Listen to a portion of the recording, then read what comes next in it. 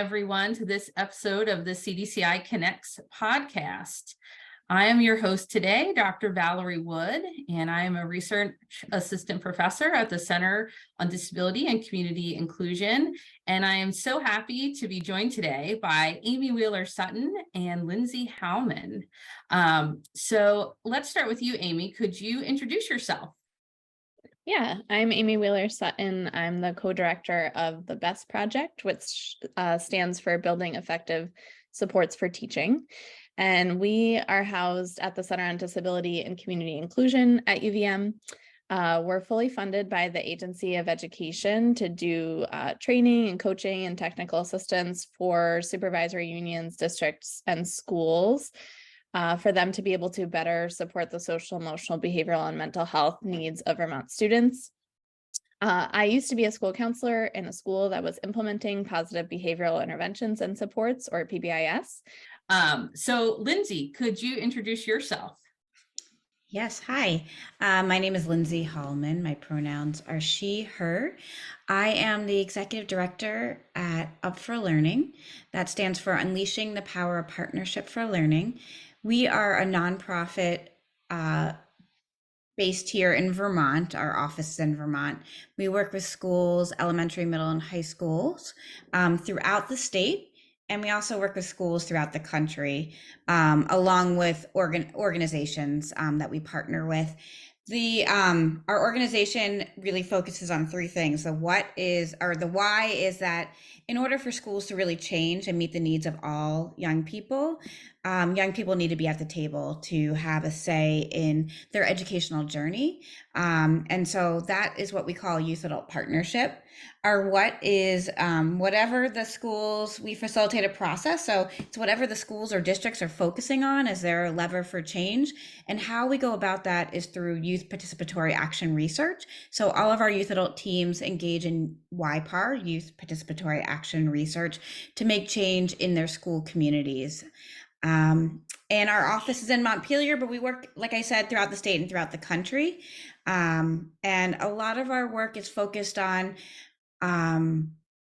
the social emotional components of schools, the climate and culture. And we do a lot of work that is focused on restorative approaches within the school setting, but bringing youth and adults together to understand what that means to transform a school that really is restorative. Thank you both for those introductions to your work and a little bit about who you are as people leading that work.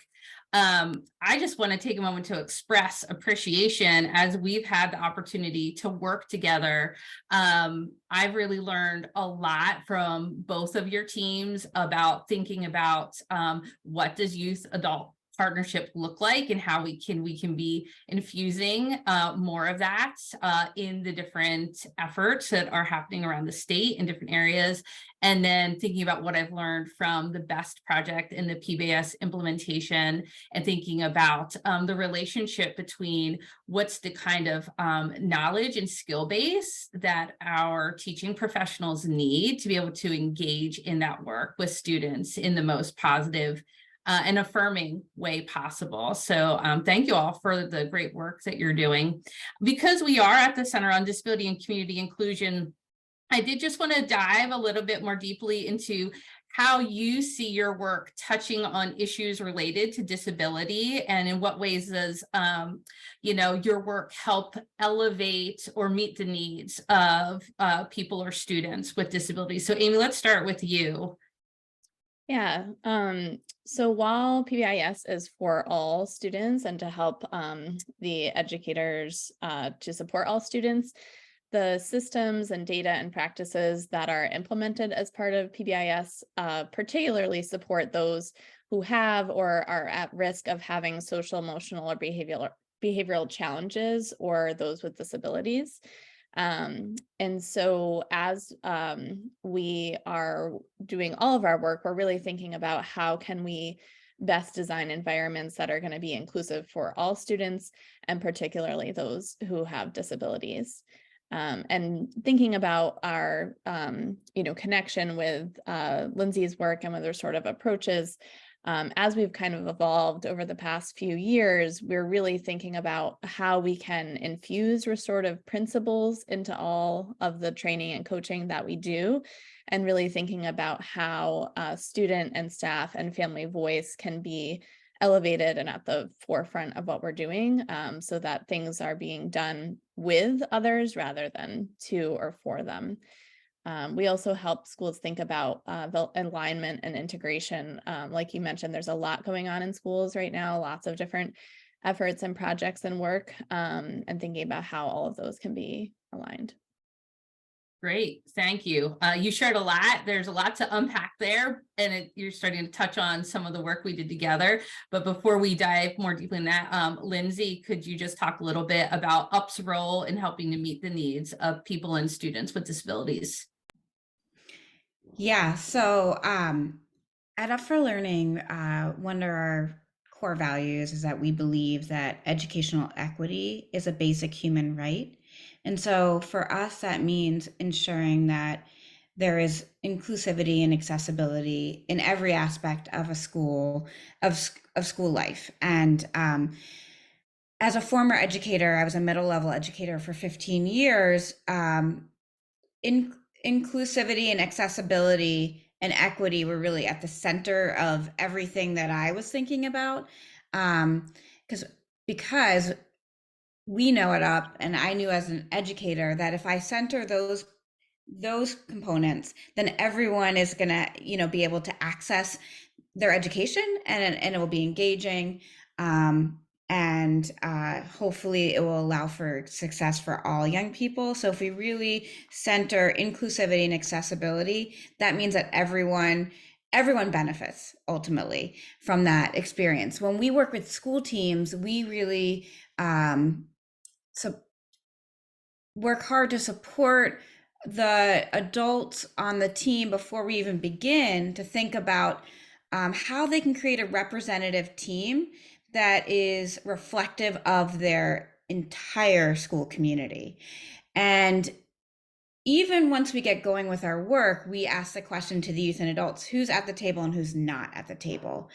And how do we ensure that we can make space for those that that maybe have not always been asked about their opinions and ideas regarding their educational journey?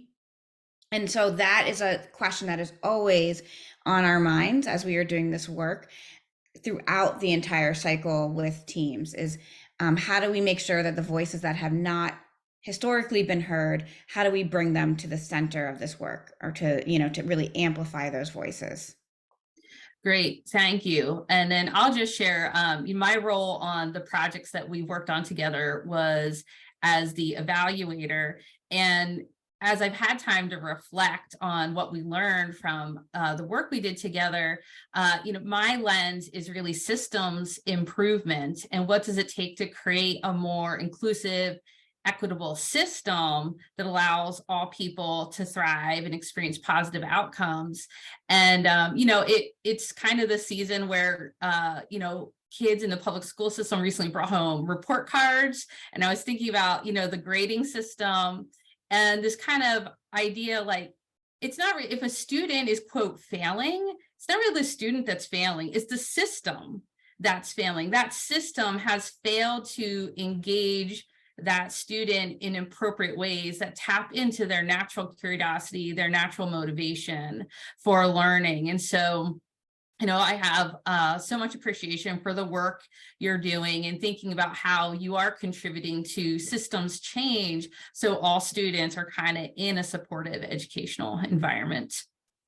Yeah, I Great. think, can I just put an exclamation mark on something you just said, is that idea that someone's failing a class, or something is a systems issue. It is not about the individual, the young person.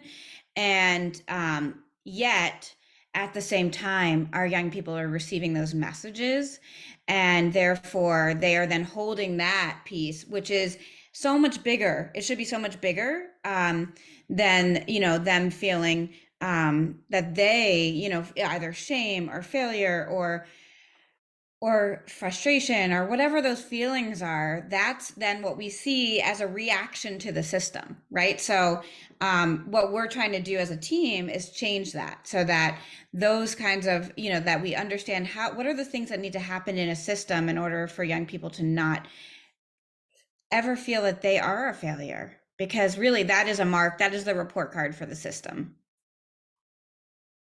Thank you. Yeah. And for the viewing and listening audience, I think they're getting a sense of how our different philosophical approaches are really complementary, and we're all kind of pushing the system in a similar direction.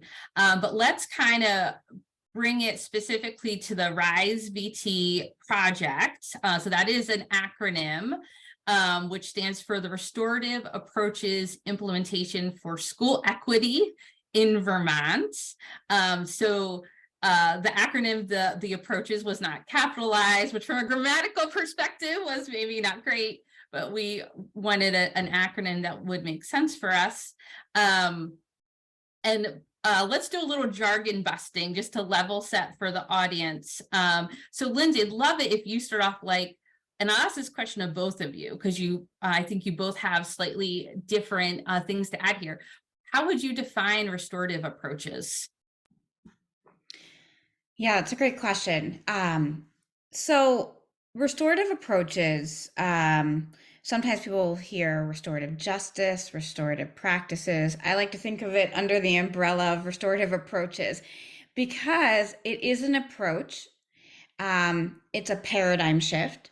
It's a philosophical shift of the ways in which we go about how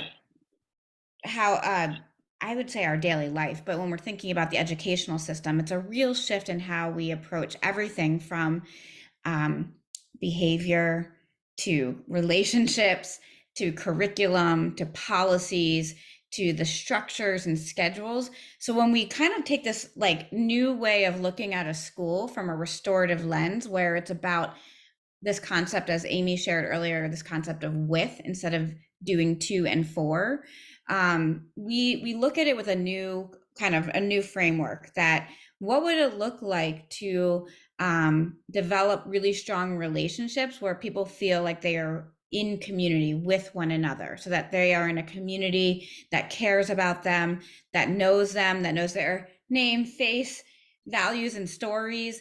And then from there, what happens when we have conflict or make mistakes in communities? How do we support young people and adults in school communities in thinking about what happened and the impact it has on community, that ripple effect, and what they can do to make things right or make things or to move forward. And then it's also about looking at our practices. Is the way in which we go about teaching, is that a restorative way? Are we doing it with young people, or are we doing it to and for young people?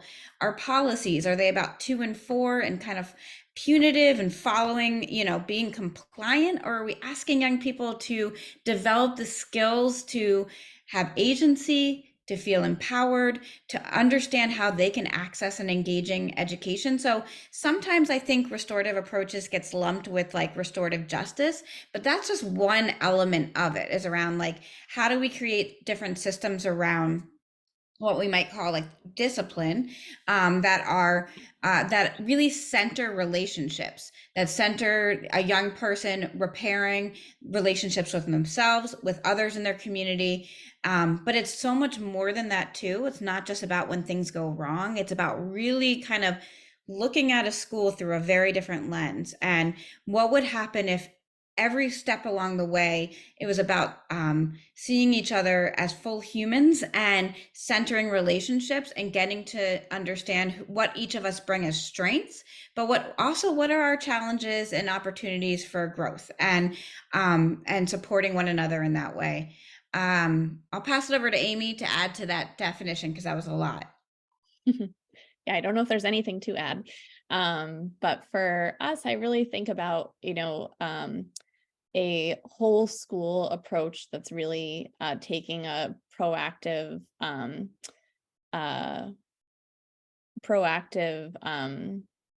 creating the systems for proactive, healthy school climates, really slowing things down from the pace that often education is operating within, to be able to create space for people to learn about one another, develop strong and deep relationships, and then rely on those relationships when things do go wrong, so that people are invested in the relationships within the school building to be able to really think about what are others' needs, what can we do to heal and move forward, and to have that be the approach rather than thinking about, what rule was broken or how can someone, be punished or have a consequence for when something goes wrong, but rather think about how can we work together to identify the needs and the harm to be able to heal and move forward together. Yeah, I was just going to pick up on something that Amy said. I think that's like a key piece for folks is that our schools tend to operate from a very reactionary place. And this is really getting folks, you said the proactive.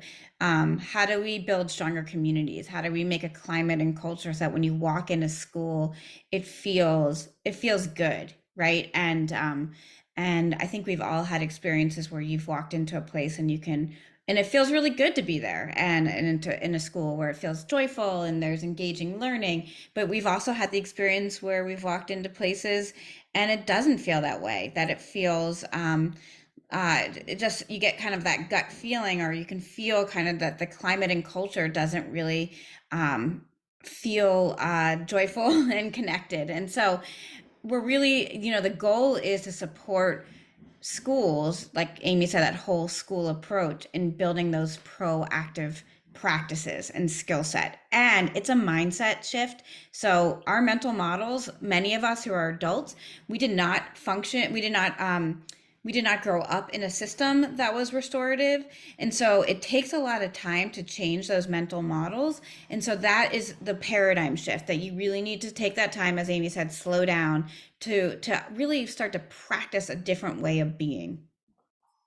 And I think for me, like when I think about it in my personal life, what really hits home is that idea of when something goes wrong, rather than pushing people away. So in a school setting, sending a student out of the classroom or detention or suspension, or for my own child, like send her to her room, like rather than pushing people away when things are going wrong, how can we bring people closer, and hold people closer to really solve the problem? And I think one of the misconceptions about restorative approaches is that it's maybe a soft approach or it doesn't hold people accountable.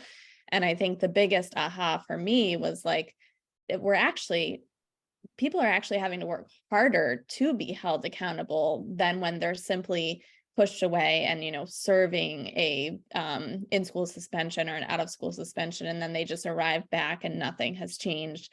They haven't had to do any work to repair what has gone wrong. And so for me, restorative approaches is actually a more active form of accountability than some of those more traditional approaches to discipline.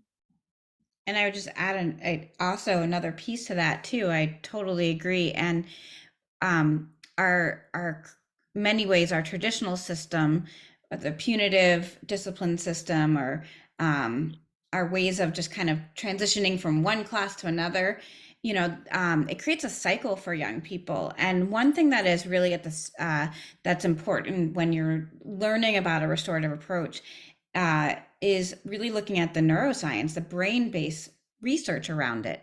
We're talking about young people whose brains are rapidly developing. And this is a time for us to be, well, first of all, relationships are key to that development, positive relationships, and recognizing that we all make mistakes, but particularly when we're younger, because our brains are still developing and forming, right? And so it's an opportunity for us to really then dig into the neuroscience, the understanding of how our brains work and how our brains develop, and knowing that when we take a restorative approach, we're actually helping create like really healthy development in our brains and connections in our brains so that we can be more healthy, productive adults later on in life. Yeah, I appreciate what you both shared. And it makes me think about the idea that as you're going through school, like from an academic standpoint, you're learning something new, and you practice new math problems, you practice dissecting new pieces of literature, and it's expected that you make mistakes, right? You're not going to get 100% on the test without that practice. And so when I think about what you both shared, it's like socially and emotionally, restorative approaches has that same frame of reference that young people will make mistakes. They should be allowed to make mistakes, but what is the response to those mistakes? Is it very punitive and kind of saying, okay, well, you broke a rule? And sometimes, the rules are very subjective. And they're very like culture bound. And so some students, that are coming from different cultures may not even be aware of a rule, or they may not buy into the value of that rule. And so I really appreciate that restorative approaches allows for that dialogue and that conversation to understand the different points of view. And yes, there are times where harm has happened, and so that definitely does need to be addressed. But I agree with you, Amy, that it's actually holding people accountable in a way that's like, because it's more person-centered, it's more powerful. That in a lot of ways, it's easier just to be sent off to the principal's office and you just sit there and you don't the student doesn't absorb any lesson from that, versus to hear from other students, this is the impact your behavior had, and this is how you can make this right. But yeah, it is a paradigm shift. And in a lot of ways, as we learned, helping teachers understand what it's going to take to do it and do it well is really important. One of the things that I appreciate about our team is that, Amy, you brought a lens, and I know, Lindsay, you have this too, but I'm going to pass this question to Amy. But thinking about restorative approaches within an MTSS framework, or multi-tiered systems of support.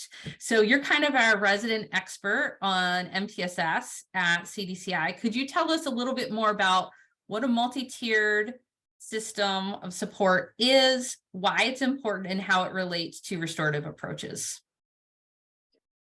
Yeah, so in Vermont, we kind of rely on the Vermont MTSS field guide. And that really outlines, that MTSS is a framework. It's adaptable and should be made contextually relevant for each school or district. But it really helps bring together all of the supports that are available for students, so that all students do have an equitable access and outcomes from their school experience.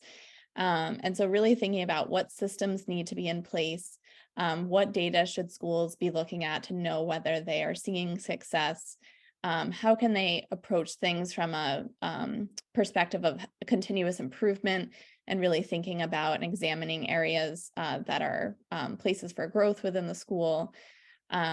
Thinking about how all of the adults collaborate together, what different roles people play to meet the needs of students, and thinking about how they can best organize their resources effectively and efficiently to meet those needs, relying on the kind of collective expertise of all of the people that are involved in education, from the educators to the students to the families, and also really thinking about community partnerships. And directly, kind of tying Vermont MTSS to restorative approaches, all of those key components need to be in place and developed in order for restorative approaches to really be a school-wide approach.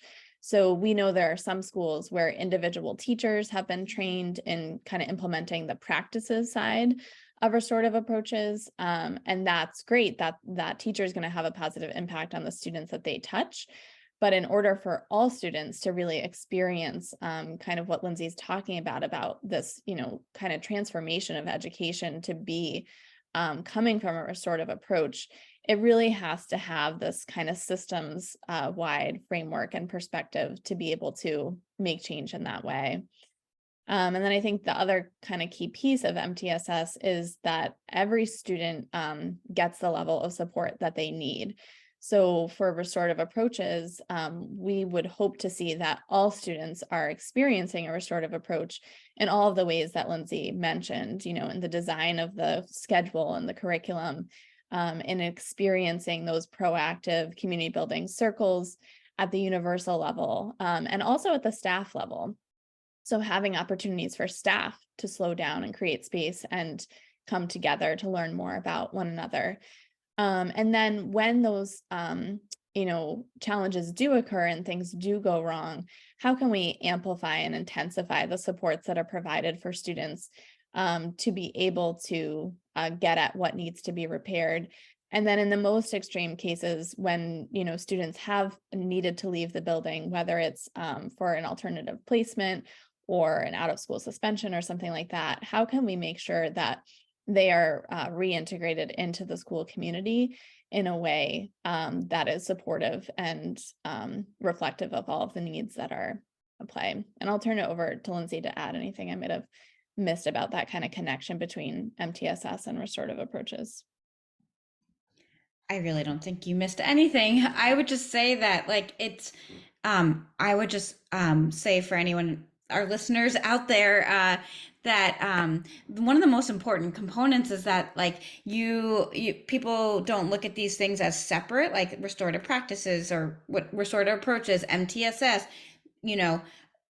trauma informed, that they all are part of the MTSS system, that you're really thinking about, what do all people need in our community? What's going to help us be the healthiest, happiest, most engaged learning community?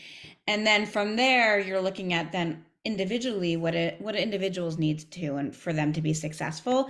But all of these things are integrated into that system. So it's not an add-on or another initiative. It should be part of that system, that tier 1 level system, or the integration of all the different supports. And I'm not sure if that really was an add-on to what you said, Amy, but just that we often hear that restorative practices is just another thing that we need to do, but it's not. It's really part of that. It's part of the system building, and it's both the engaging all people in learning the same practices and then applying some more personalized supports to those that might need it at particular times. I have a question for you, Amy, which is, do all schools in Vermont use an MTSS framework? So it is in legislation that all schools do form a multi-tiered system of support within their buildings and districts.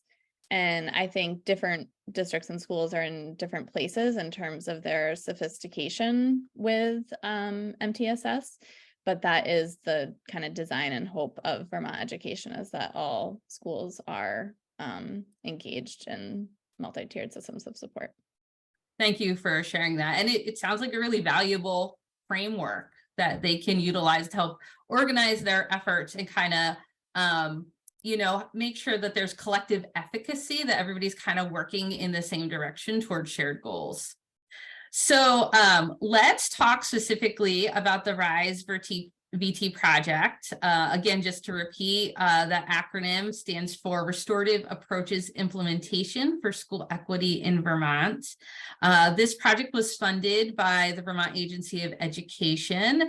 And this was actually the second time we got to work together as a team on a contract from the Agency of Education, looking at implementing restorative approaches in school settings. So how would you describe the RISE VT project as an elevator pitch? I don't know if one of you wants to go first, but in a nutshell, how would you describe what we did together on this project?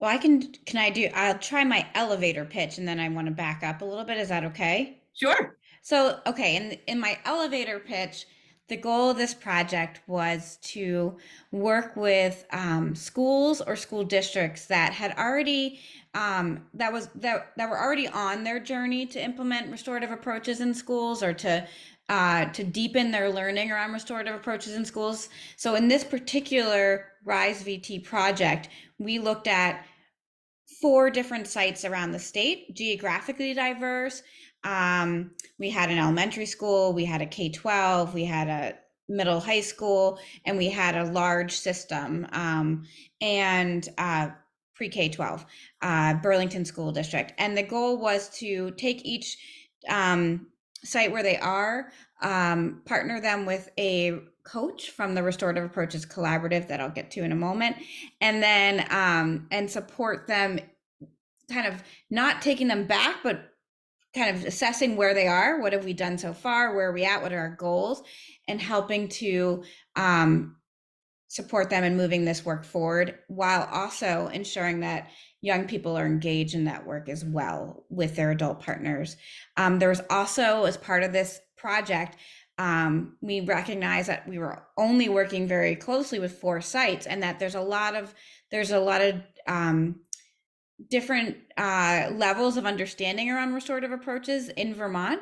So from that understanding, we recognize the importance of creating a learning module, which is really an incredible body of work that takes schools that are maybe newer to the journey on their own learning experience to understand kind of what are restorative approaches in schools and what do we need in order to get our structures and systems in place to support this.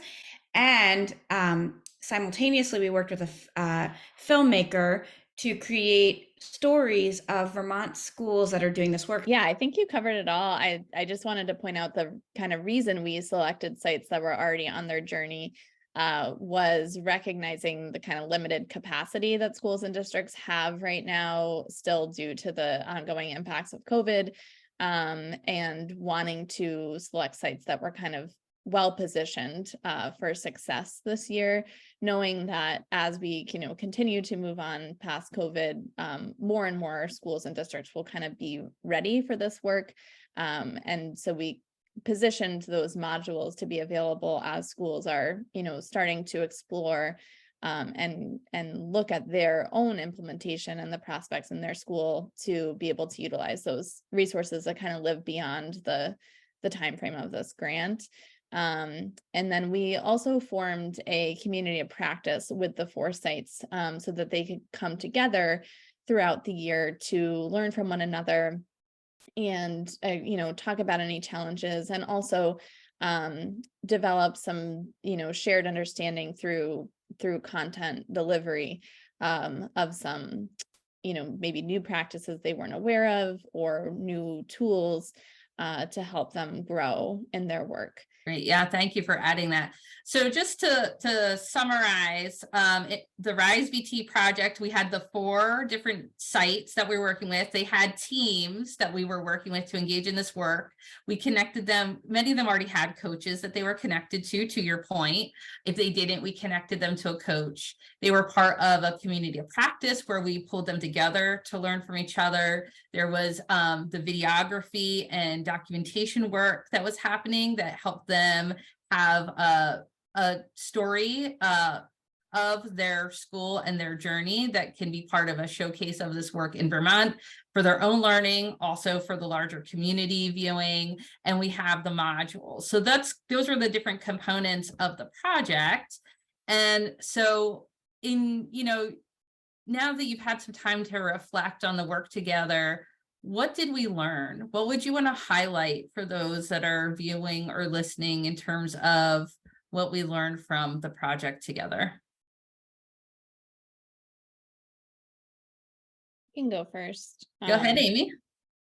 I think the community of practice element was probably the most difficult this time. And I think a piece of that was related to having those communities of practice be held virtually, and amidst of time in school where there are a lot of staff shortages, shortage of substitutes to be able to cover for staff to be able to attend certain professional learning events, and just kind of limited bandwidth to be able to be thinking about this work. And I think there's a yearning to connect with other schools who are doing this work, and also that kind of maybe put on the back burner when other needs are arising as more pressing. So I think that was a learning for us, and something we would keep in mind moving forward, that in-person connection is really important, and staff are pulled in a lot of different directions right now that make both in-person and virtual professional learning challenging, which I think caused the schools to really rely on their coach and those coaching supports. So I'm glad that we kind of foresaw that and kind of amplified the importance of coaching and put some more resources toward coaching than we did the last time, so that schools did have the time to engage more deeply with a coach and to be able to utilize that coach however made sense for their school. So some of the coaches led in-service training, some of the coaches facilitated circles with students. And so they were able to kind of design how they were going to use that coach most effectively. And then I think the other learning, like Lindsay mentioned, is really just that value of the restorative approaches collaborative. So we really leaned on different members to be able to provide different knowledge and skills and supports throughout this project. And I think it's a group that people really value, and that will continue beyond this project. And thinking about, what structures are in place to be able to support that group to continue, essentially as a volunteer organization as it is existing right now. Yeah, I would add, I would agree with everything. I think, learning as well, recognizing that people had kind of limited bandwidth going into this project. We really relied in many ways on teams that already had strong youth adult teams at their site. So Wolcott Elementary was one. They already had built a culture around youth adult partnership. Proctor Junior Senior High School in Proctor, and then Burlington School District, and Burlington School District being the very large district. Proctor, like I said, small. Rutland County Middle High School, and then Twinfield, which is a pre-K 12. All the sites already had some level of understanding of what it means to partner with young people in this work, and were very open to that. And many of the schools, many of the sites also had strong youth adult teams already that were engaged in work. So they were, it just really enhanced the work that they were doing, and also allowed them to move to action quicker, and I think that pairing of Community Justice Center staff with other members of the Restorative Approaches Collaborative was a very powerful model. And what we've noticed as a success is that in many of the sites, those relationships continue beyond the funding from the AOE. So now the schools continue to do work. They're finding creative ways to seek resources to continue that work with their youth adult teams, because they're recognizing the power of having young people engage in the thinking about planning and implementation of restorative approaches. Thank you for sharing, Lindsay and Amy.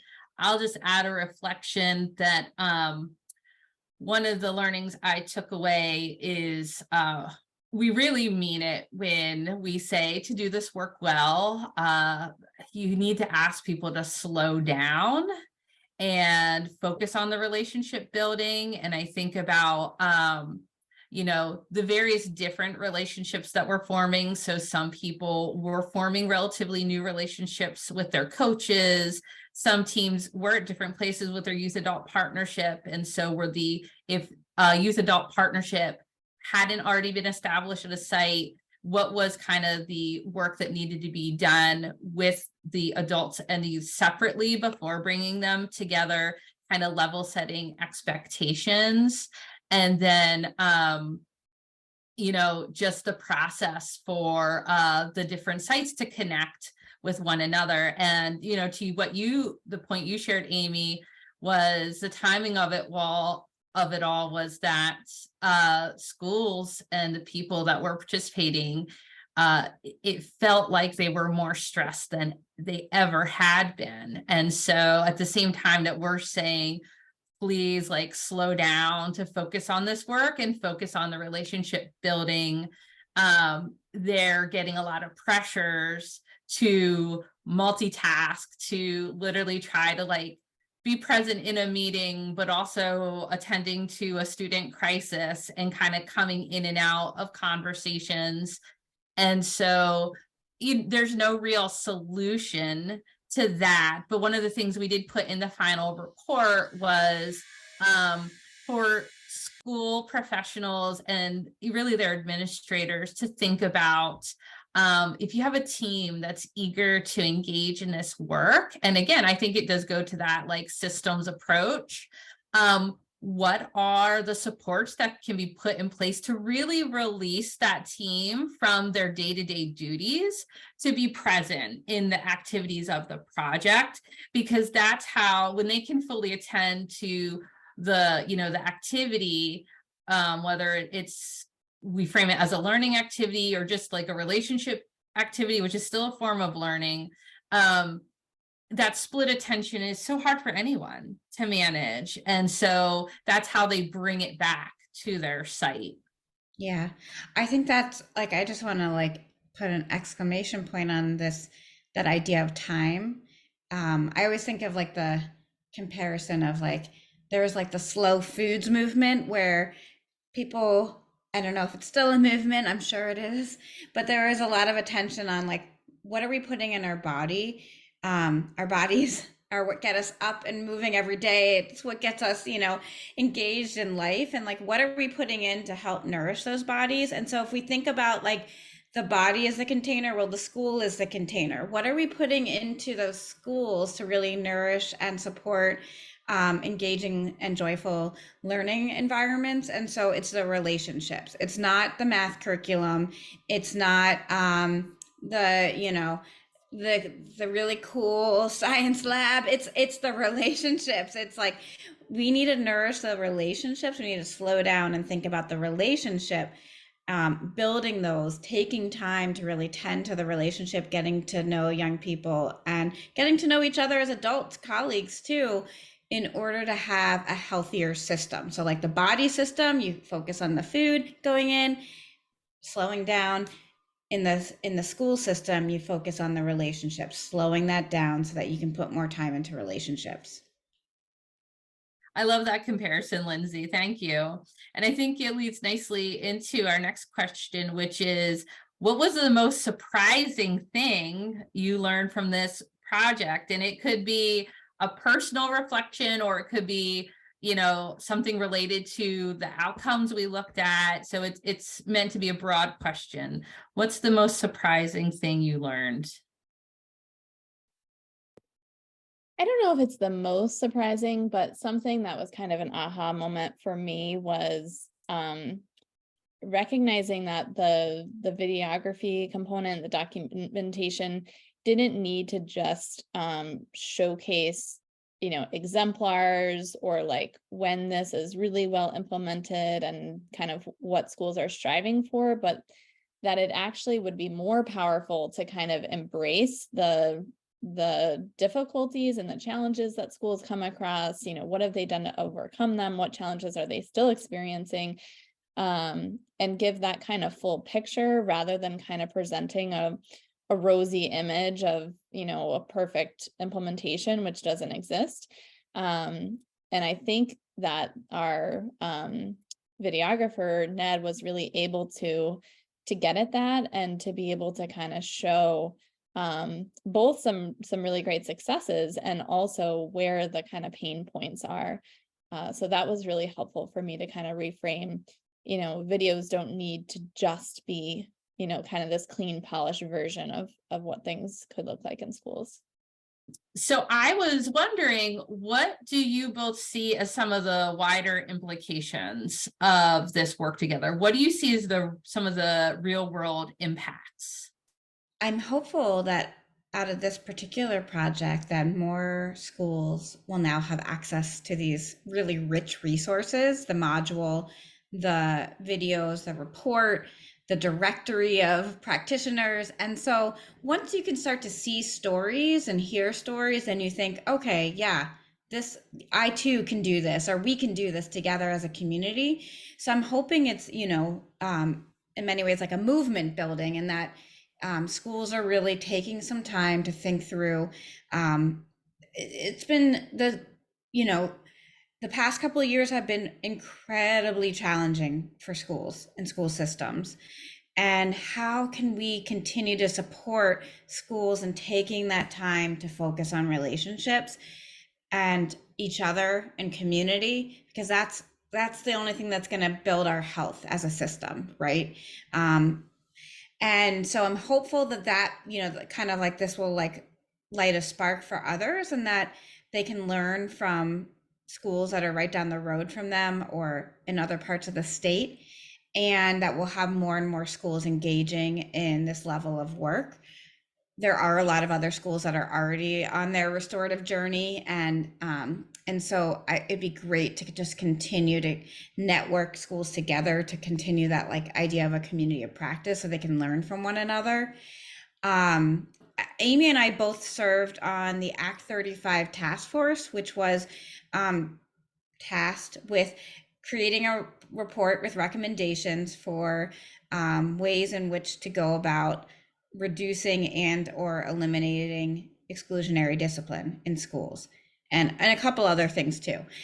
That said, there was a list of recommendations that were created by a very strong group of people, professionals and young people from across the state, that we hope that people will actually look at and think about, how do we change our own policies?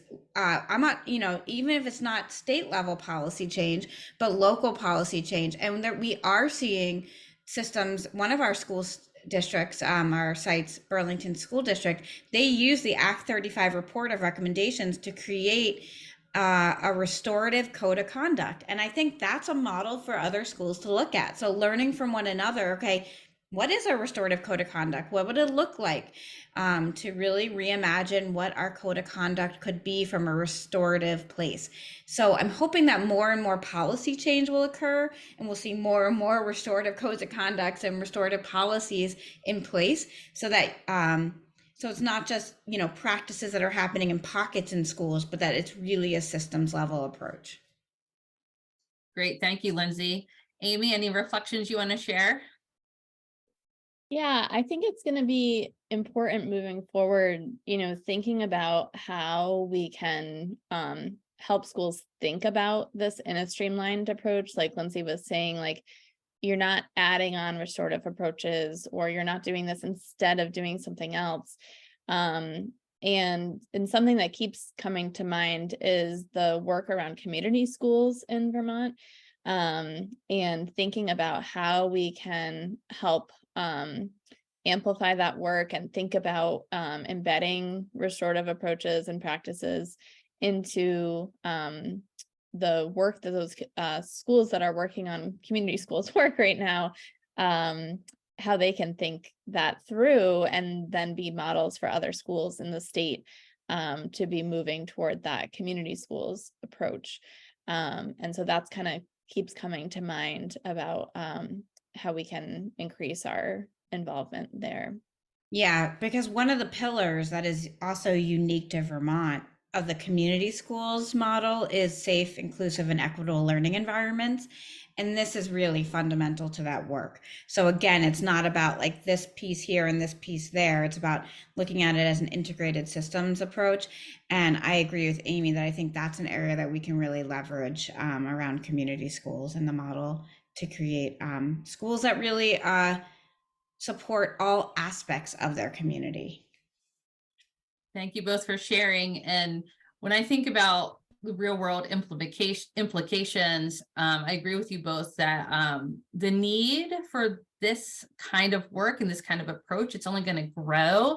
And I'll share a story that was told to me by a friend of mine who works in the school system. So she's a kindergarten teacher, and she talked about the fact that she has kindergartners entering her class now that were at the beginning of the pandemic. They they had no kind of pre-K education because everything was shut down, right? We had the temporary closing, and then we had the more permanent year of learning from home, I guess is the term I want to use. And so she has students that didn't have the opportunity to practice those social skills and behavioral regulation skills that they normally would have gotten in a pre-K or early childhood education setting. And she is just wondering, like, how does she go about helping to meet the needs of so many students that have kind of escalated needs in terms of learning those skills? And so, if I think about the traditional school model with a punitive disciplinary approach, right? That looks like giving kids timeouts or sending them to go. I don't know what they do nowadays because my kids haven't been in kindergarten for a long time, but that kind of exclusionary discipline where they're somehow being removed from the classroom until they're kind of like calm again and being regulated again. And we just know that's not going to work. And that's going to be detrimental for so many kids. And so more than ever, I think we need to get the word out about what restorative approaches are. Do some myth busting, as I think you both touched on earlier in the interview. It's not a kind of like soft approach. If anything, everybody has to work a little bit harder, but in a positive way that has like real implications for relationships and wanting to continue to be in school, wanting to continue to participate in your own education, wanting to continue to be an educator, right? How many educators have left because they've gotten burnout, right? But if they could focus on a positive relationship with their students, then, that becomes so much more gratifying than what the traditional approach has to offer. Yeah, all right. I was just going to say one thing. It goes back to what I said earlier about developmental stage and brain development, is that I think it's easy sometimes as adults to maybe forget that the social emotional development, that our young people have missed over the past 2 years is extraordinary. It's like, multiply it by 10, that's how much development, they missed. And so again, going back to slowing down and perhaps really then thinking about, okay, if this was what was missed, we need to teach these skills. These are skills that need to be taught. We don't just learn how to sit in a circle together and pass something around or not talk out of, when someone else is talking, and to listen deeply to one another. These are skills that we must practice. They're lifelong skills. They're probably the most important, valuable skills that if we take time right now to really think about, how do we work together? How do we collaborate? How do we build a community that holds each other accountable? And that's that hard work too. It's like peer-to-peer accountability. I think that,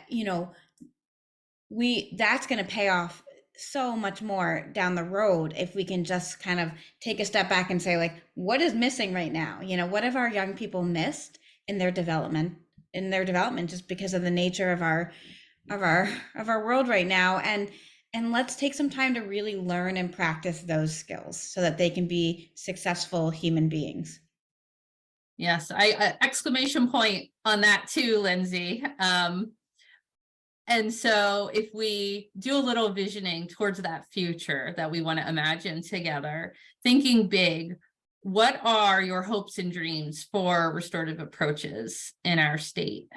I mean, broadly, I would hope that all schools and districts are moving towards transforming their learning environments to be taking a restorative approach, and to be really keeping relationships at the center and understanding what that truly means.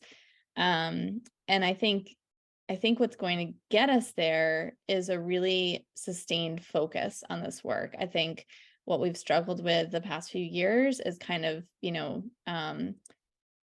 fits and spurts. Is that the phrase? Right.